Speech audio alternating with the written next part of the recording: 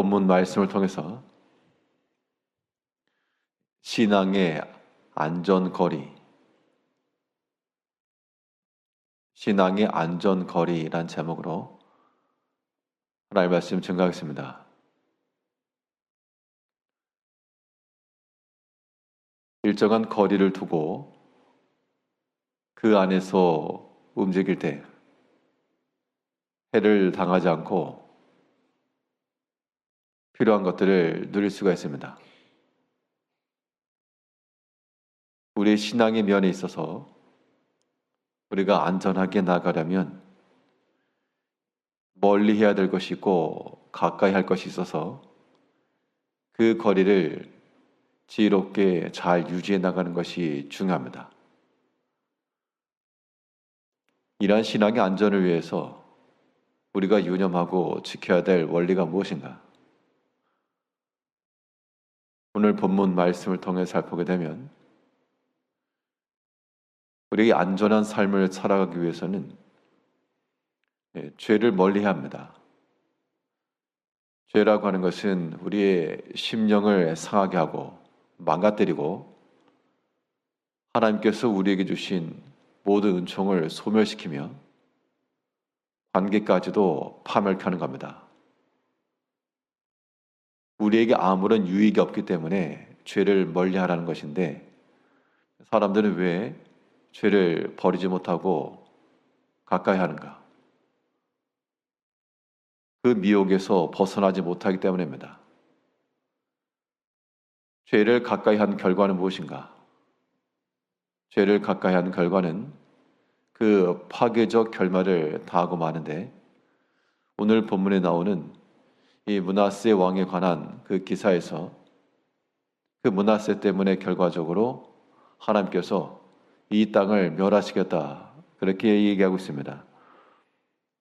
3절에서 이 일이 유다에 임함은 곧 여호와의 말씀대로 그들을 자기 앞에서 물리치고자 하심이니 이는 므낫세의 지은 모든 죄 때문이며 요시야 왕의 종교개혁 이후 그 땅이 회복되는 듯 보였으나 그러나 그 조부 므낫세의 악행이 너무 컸기 때문에 하나님께서 사죄하시기를 기뻐하지 아니하시고 요시야 때에는 평안을 주셨으나 그러나 그 자녀 때부터 여러 가지 어려움을 당하게 되었고 결국 몇 대가 못 되어 그 예루살렘 성이 함락되고 만 겁니다.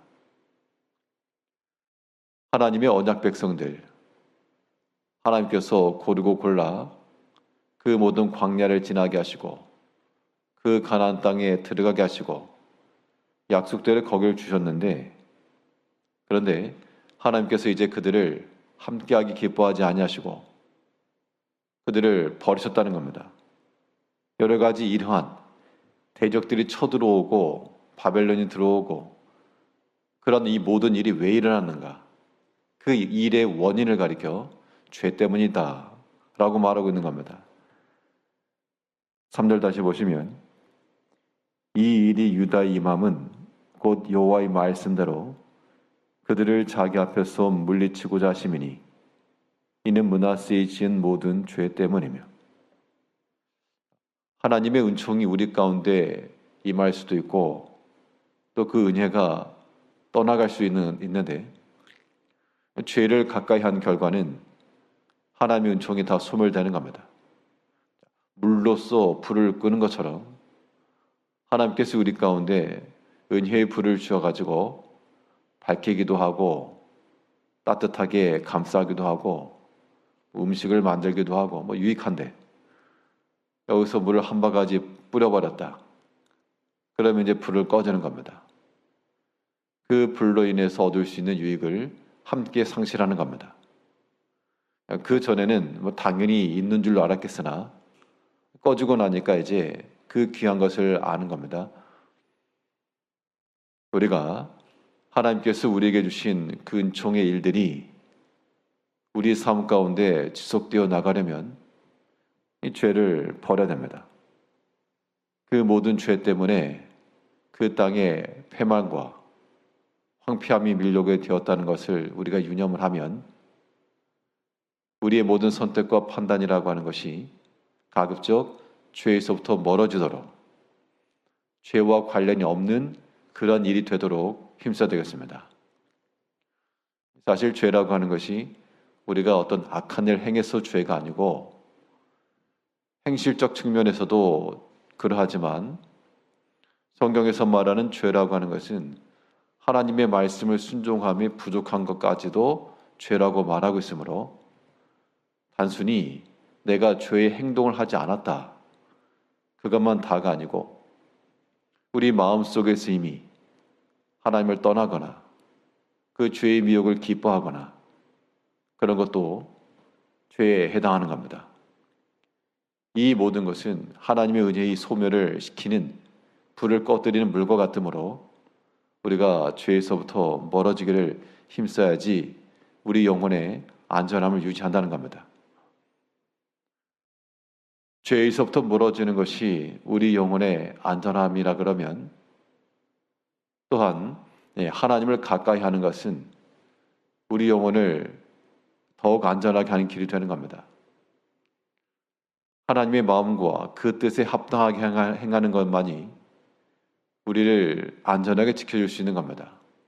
하나님의 은총과 보호하심이 떠나지 아니하실 것이므로 역으로는 하나님이 기뻐하지 아니하시는 일들을 골라 산다 그러면 그 사람의 영적인 면과 육적인 면에는 큰 위기가 닥칠 것도 예고하고 있습니다. 4절에서 또 그가 무죄한 자의 피를 흘려 그의 피가 예루살렘에 가득하게 하였음이라. 여호와께서 사하시기를 즐겨하지 아니하시니라. 하나님은 그 본성상 자비로우신 하나님이요 은혜의 하나님이시며 모든 사람들에게 죄악들을 용서하시고 하나님의 본성이 그러하시다는 겁니다. 그런데 오늘 4절 하반절을 보니까 여호와께서 사하시기를 즐겨하지 아니하시니라. 하나님이 기뻐하지 아니하신 일들만 골라 하니까 하나님께서 이제 그를 버렸다라고 하는 것인데요. 하나님께서 사하시기를 기뻐하지 아니하시는 그러한 모습 가운데 들어가면 이제 답이 없는 겁니다. 우리가 행할 바는 진노 중이라도 은혜를 베푸신 하나님이요 죄에 진노하시고 심판하시겠다고 하셨더라도 다시금 돌이키시고 용서해 주시는 그 하나님을 만나야 되겠습니다. 그러려면 우리 성도들의 지혜가 필요한데 하나님의 마음을 우리가 빨리 알고 그의 기뻐하시는 것이 무엇인지를 깨닫고 나아가야 되겠습니다. 이 므낫세 왕이 하나님이 기뻐하지 아니하시는 것을 행하니까 하나님께서도 그를 진노 중에 던지시고 사하기를 즐겨하지 아니하셨다. 그런데 성경에 보게 되면 그러한 관계만 있는 게 아닙니다. 다윗은 하나님의 마음을 기쁘시게 하는 자가 되었을 때 하나님께서 또한 그를 들어서 나의 모든 뜻을 이루리라.